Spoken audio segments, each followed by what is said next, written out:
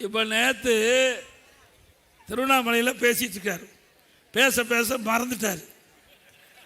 வேட்பாளர் மறந்து எந்த சின்னம் எந்த சின்னம் எந்த சின்னன்னு தெரியாத வேட்பாளர் நிறுத்தி வச்சிருக்காரு. ஏங்க அவி கட்சி சின்னமே தெரியாத ஒரு கட்சி தலைவர் தமிழ்நாட்டில் இருக்காருன்னா அது கோவச்சுக்குவார். சொன்னால் கோவச்சுக்குவார். நான் டிவியில் பார்த்தேன், போட்டு போட்டு காட்டினாங்க நம்ம பையங்க. அண்ணா இதை பாருங்கண்ணா. நாங்கள் என்னப்பா ஏதோ வேறு கட்சி தலைவர் ஏதாவது வேறு கட்சியிலேருந்து யாராவது நின்றுருப்பாங்க, அதனால் சின்ன என்னன்னு கேட்டுப்போம். இல்லை நான் திமுக கட்சிக்காரதான் நிற்கிறாருங்க வேட்பாளரை. அந்த கட்சி சின்ன என்ன, அந்த கட்சி சின்ன அது உதயச்சூரன் சின்னன்னு அவர் சொல்கிறாரு. இப்படிப்பட்ட முதலமைச்சர் தான் தமிழகத்தை ஆண்டு கொண்டிருக்கின்றார். அதுதான் சொன்ன பொம்மை முதலமைச்சர், திறமையற்ற முதலமைச்சர் அப்படின்னு அடிக்கடி சொல்லுவது இதனால தான். அதோட திராவிட முன்னேற்ற கழக ஆட்சியில் சட்ட ஒழுங்கு அடியோடு சீர்கட்டு விட்டது. இன்றைக்கு தமிழக காவல்துறை முழுமையாக செயல்பட முடியல. அதிகார மையம், 4 அதிகார மையம்.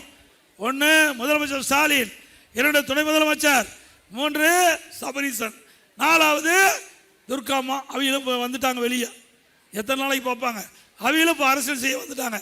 ஆக 4 அதிகார மையங்கள் தமிழகத்தை ஆட்டி படைக்குது. நாடு தாங்குமா?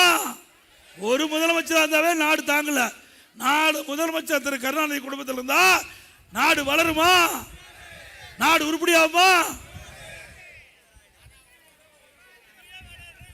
இன்றைய தினம் தமிழ்நாட்டில் எங்க பார்த்தாலும் போதைப் பொருள் விற்பனை அதிகமாகிட்டது. உண்மைதானே? பட்டி தொட்டி நகரத்தில் வீதி தோறும் மக்கள் அதிகமாக நடமாறுகின்ற பகுதி எல்லா இடத்துலையும் கஞ்சா விற்கிறாங்க. கஞ்சா விற்காத இடமே இல்லை. இந்த கஞ்சா விற்கிறதுக்கு யார் துணை நிற்கிறா? திமுக நிர்வாகிகள் துணை இருப்பதாக செய்தி. ஆக கஞ்சாவை எப்படி காவல்துறை கட்டுப்படுத்த முடியும்? விற்கிறவரே திமுக துணை நிற்கின்ற பொழுது கஞ்சாவை கட்டுப்படுத்த முடியல. இன்றைக்கு திமுக தலைவர் திரு ஸ்டாலின் முதலமைச்சர், அவருடைய மானிய கோரிக்கை, போலீஸ் மானிய கோரிக்கை, அங்கே அதில் போலீஸ் மானிய கோரிக்கையில் கொள்கை விளக்க குறிப்பு புத்தகத்தை வச்சிருந்தார். அப்போ 2 வருஷத்துக்கு முந்தி அப்போ அந்த புத்தகத்தில் 20வது பக்கத்தில் 2வது பேராவில் ஒரு கருத்தை சொல்றார். அந்த கருத்து பள்ளிக்கு அருகில கல்லூரிக்கு அருகில கஞ்சா வைத்திருந்தது கண்டுபிடிக்கப்பட்டது. 2348 பேர், கைது செஞ்சது 148 பேர். நான் முதலமைச்சர் கேட்டேன், நீங்க இதுக்கு இந்த துறைக்கு நீங்க தான் அமைச்சர்? ஆமா. இந்த கொள்கை விளக்க குறிப்பு யாரு எழுது? நான் தான் வச்சேன். அப்படின்னா கண்டறியப்பட்டது 2348, கைது பண்ணது 148. அப்படிலாம் மற்றவங்களாம் யாரு? திமுக கட்சிக்காரன். அப்படி எங்க போய் கஞ்சா ஒழிக்க முடியும்? ஆக இந்த அரசாங்கம், திமுக அரசாங்கம் இருக்கின்ற வரை கஞ்சாவை ஒழிக்க முடியாது.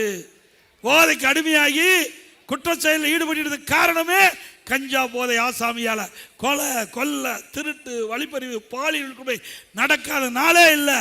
அப்படிப்பட்ட ஆட்சி தொடர வேண்டுமா? நடைபெறுகின்ற சட்டமன்ற பொது தேர்தல் அண்ணா திமுக வெல்வது உறுதி. ஆட்சிக்கு உடனே 3 மாதத்தில் தமிழகத்தில் கஞ்சாவை அறவாக ஒழிக்கப்படும். போதை இல்லாத மாநிலமாக உருவாக்கப்படும். தமிழகம் போதை நிறைந்த மாநிலமாக காட்சியளிக்குது. இனி போதை இல்லாத மாநிலமாக, போதைப் பொருள் விற்பனை இல்லாத மாநிலமாக அதிமுக ஆட்சியிலே நிலைநாட்டப்படும் என்பதை இந்த நேரத்தில் தெரிவிக்கிறேன். இன்றைக்கு திமுக ஆட்சிக்கு உடனே விலைவாசி விண்ணை முட்டுக்கிட்ட அளவுக்கு உயர்ந்தாச்சு.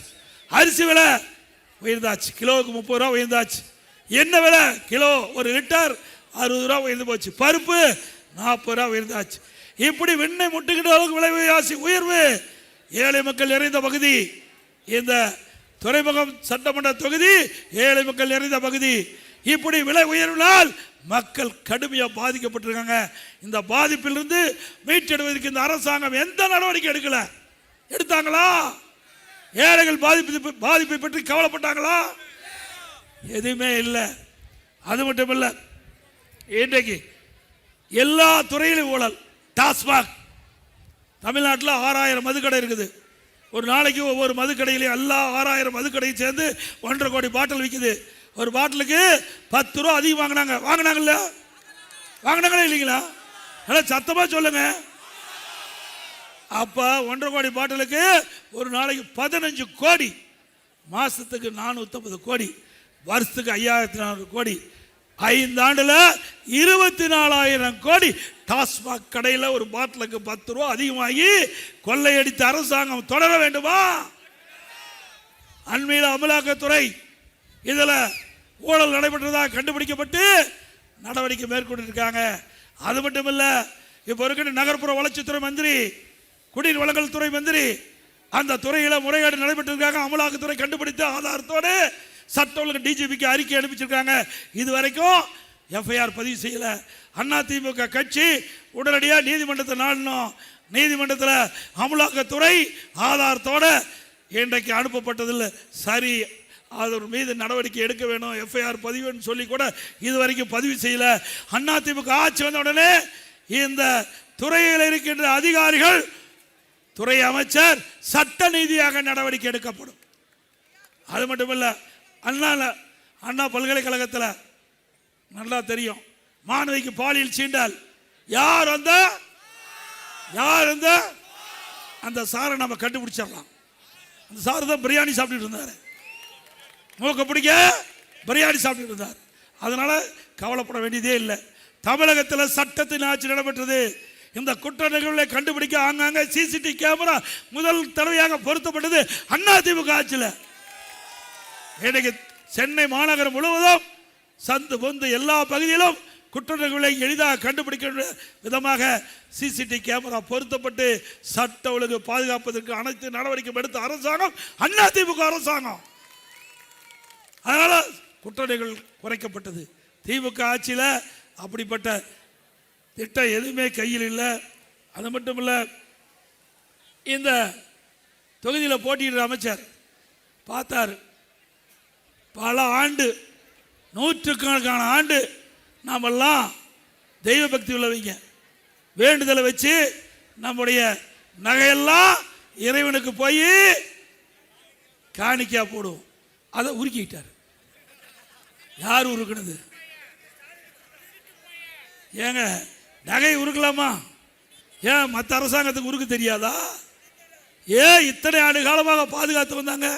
காலங்காலமாக பக்தர்கள் காணிக்கையாக ஆண்டவனுக்கு அளிக்கப்பட்ட நகையை உருக்கியவர் இந்த தொகுதியில் போட்டியிடுறார். மன்னிக்கலாமா? தகுந்த பதிலடி கொடுப்பீங்களா? சிந்திச்சு பாருங்க. ஆண்டவனே பார்த்துக்குவார். ஆண்டவனே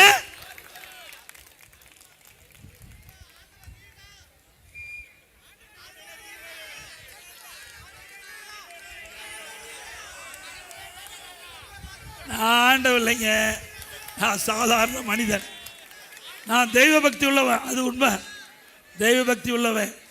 இதில் யார் தவறு செய்தாலும் சட்ட நிதியாக அதிமுக ஆட்சியிலே நடவடிக்கை எடுக்கப்படும். நம்முடைய வேட்பாளர் மனோ திறமையானவர், வலிமையானவர், மக்களிடத்திலே எளிமையாக பழகக்கூடியவர். இந்த துறைமுகம் தொகுதியிலே மக்களுக்கு தேவையான திட்டங்கள் வருவதற்கு சட்டமன்றத்திலே உங்களுடைய சார்பாக குரல் கொடுக்கக்கூடிய நல்ல மனிதர் அதிமுக சார்பாக நிறுத்தப்பட்டிருக்கிறோம்.